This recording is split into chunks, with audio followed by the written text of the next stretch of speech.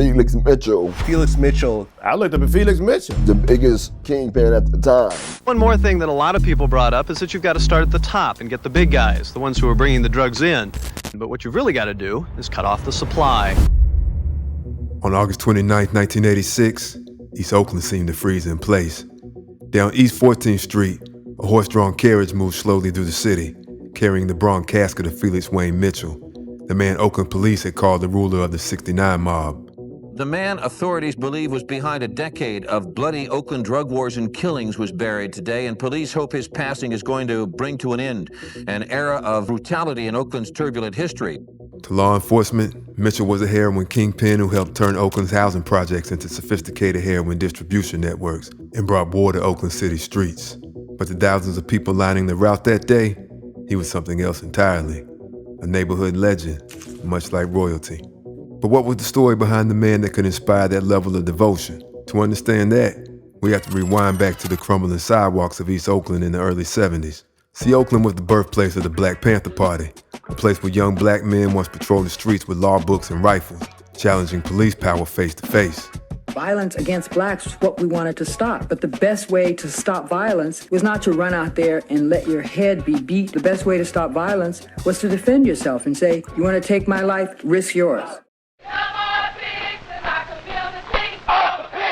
But by the late 70s and early 80s, the energy in parts of Oakland had shifted.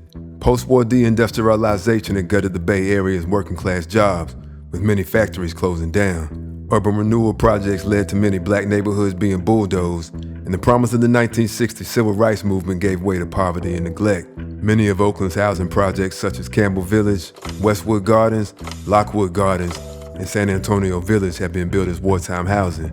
But with the city's economy being the way it was, the housing authority was overwhelmed. This created the perfect opportunity for dealers to offer employment and protection to the younger residents in the area. Police and drug dealers agree that the lure of big money is bringing younger and younger children. Why would a person making $500 in one day go to work at McDonald's and have somebody on his back when he don't have to listen to that stuff? He gonna make more money coming out here in one day than he is in 2 weeks there. Into this void stepped Felix Wayne Mitchell, born August 23, 1954 in East Oakland. Mitchell came up in the San Antonio Villa housing projects, also known as 69 Village. Tall, sharp-dressed, and charismatic, Felix saw the budding dope market as his escape from poverty. He was a man who understood image before social media even existed. He knew what a Rolls Royce said when it rolled through the projects, and how jewelry spoke to the younger kids when it sparkled under the Oakland sun. You know, I know people will scoff at this, but he was an idol. He was somebody to look up to. He had cars, who else was there? Being in them Rolls Royces, man, and watching this fly guy with all these beautiful women, you know, he was like Robin Hood to us, you know. Police described him as starting off as a small-time dope dealer, but by 1976, that narrative completely changed. As a teen, Mitchell organized a small crew called the '69 Mob, which he structured like an organization.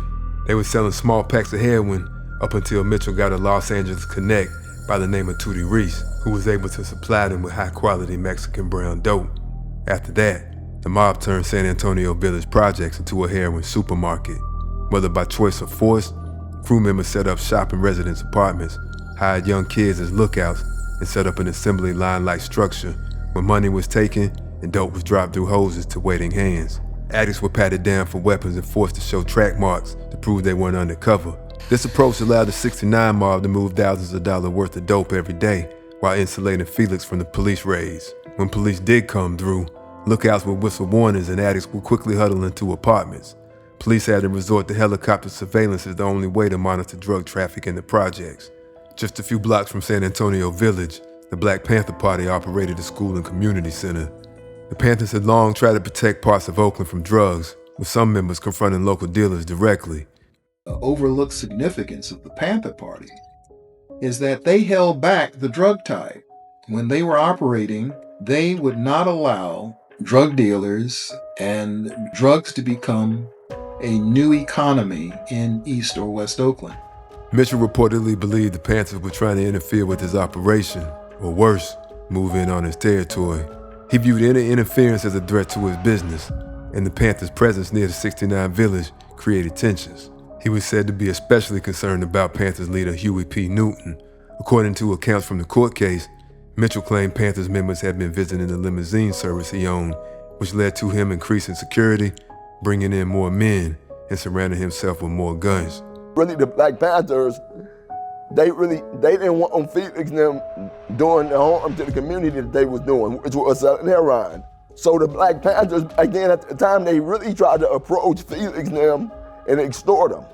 But Felix and my older partners that grew up in the 69 village is not nobody you want to try to extort. Then came August 14, 1977.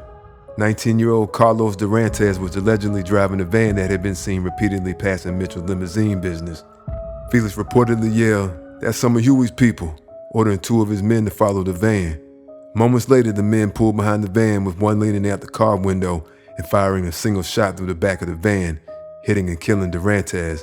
Police would later say Durantes was an innocent man, killed because the mob mistook him for someone moving in on their territory. The Durantes murder illustrated Felix's willingness to use violence to protect his business by any means necessary and foreshadowed a much larger conflict to come. Because once Felix's organization became the power of 69th Avenue, every rival crew in Oakland had to decide: work around him, work under him, or go to war. As the 69 mob expanded, its reach pushed beyond East Oakland. The organization began setting up operations in other parts of the city, including the Acorn Apartments in West Oakland. By 1978, Mitchell had made enough money to buy a mansion in Los Angeles, a Rolls Royce, and set up two businesses, an auto detailing business and a limousine service. But even men who build empires can slip over small things. One day, Mitchell was riding in the 1977 Mercury when the car rolled through a stop sign at 73rd and Spencer in East Oakland. A young patrolman pulled the vehicle over, expecting to issue a simple traffic ticket. But after the officer claimed the occupants of the car were acting suspicious, he had them step out, searching Mitchell. Tucked beneath his shirt, the officer claims to have found a small plastic bag of white powder. Mitchell was arrested, though the charges were later dropped. After the arrest, Felix moved to Los Angeles. When Felix left Oakland, he created a vacuum in the drug market. And the streets don't leave money unattended for long. It was just the opening his rivals needed to move in. By 1980, the heroin trade in Oakland was no longer just Felix Mitchell's private kingdom. Another organization called The Family, led by Milton Mickey Moore, threatened the mob's dominance. Moore secured a supply of high-quality Persian heroin and began selling in the mob's territory. The family's market grew quickly as addicts preferred the Persian dope over the mob's Mexican heroin. Everything was good for the family until Felix Mitchell came back to Oakland. With his return, Felix knew a statement had to be made, and on August 6, 1980, that message was delivered in blood. 3 associates of the family, Sandra Adamson, Ricky Walker, and Roger Walker, were kidnapped, tortured, and dumped in the Oakland Hills by members of the 69 mob. This set off a week-long drug war the likes Oakland had never seen. Ava Washington has lived in East Oakland in a housing project 14 years and worries constantly about her children's safety because of gang warfare. And I'm not gonna lie, it's drugs. It's drug-related. 2 days later, Vendetta Davis, a 19-year-old woman who had been romantically linked to a family member, was ambushed in her Mercedes and shot repeatedly with a .357 Magnum while her infant daughter sat in the back seat. Anthony Bowling, a mid-level family member, was murdered the same week, allegedly by mob enforcer Charles Dorsey. Then there was mob gunman Duran Terry Moore, Felix's own enforcer, who was found dead inside his Mercury Cougar.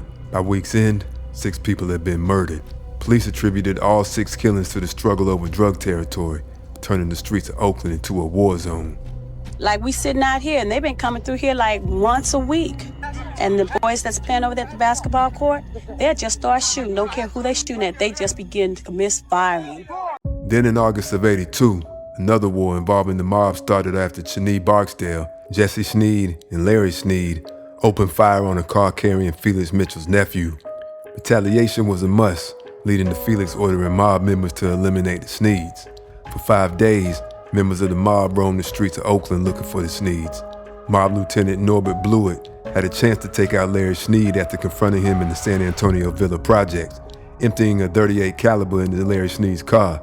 Larry survived the attack, but again was ambushed by mob members at an East Oakland hamburger stand.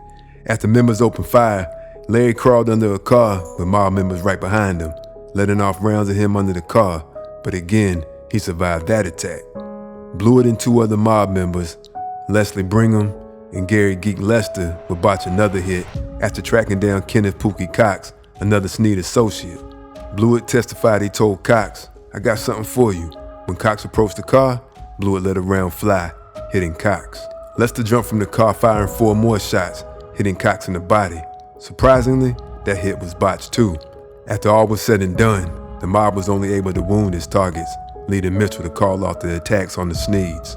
By 1982, law enforcement had had enough. Local police chased Felix for years, but state cases were hard. Witnesses disappeared, refused to cooperate, or became unreliable altogether. Murder charges were filed, dropped, revived, or swallowed by weak evidence. The streets were terrified, and the courtroom needed more than just rumors. It came to the point where police eventually turned to the Federal Continuing Criminal Enterprise Statute, which allowed prosecutors to target drug kingpins. On March 1st, 1983, a federal grand jury indicted Felix Mitchell, Charles Nathan Lewis, and 7 associates on charges of conspiracy to distribute heroin, operating a continuing criminal enterprise, and multiple counts of tax evasion. Alleging that since January 1976, the mob had controlled heroin distribution in Oakland's projects and expanded to Berkeley and Sacramento. During trial, former mob members testified about the organization's hierarchy, drug trafficking, and killings. And piece by piece, the government began dismantling the legend of Felix Mitchell. By 1985, the legend of Felix Mitchell had to answer to a federal judge. On June 4th, 1985, U.S. District Judge Marilyn Hall Patel sentenced him to life in prison without the possibility of parole. Felix showed no emotion to the sentencing, reportedly saying, "I like money, I like jewelry, I like fine cars, and I went out and got them. Isn't that the American way?" Judge Patel called the 6ix9ine mob the most violent enterprise she had ever encountered. The king of 69th Avenue would soon be gone from Oakland, but the story wouldn't be done yet. Mitchell was sent to USP Leavenworth Prison in Kansas, where on August 21st, 1986, 4 days before his 32nd birthday, he was stabbed 10 times in the chest while he lay on his bed, bleeding to death shortly after.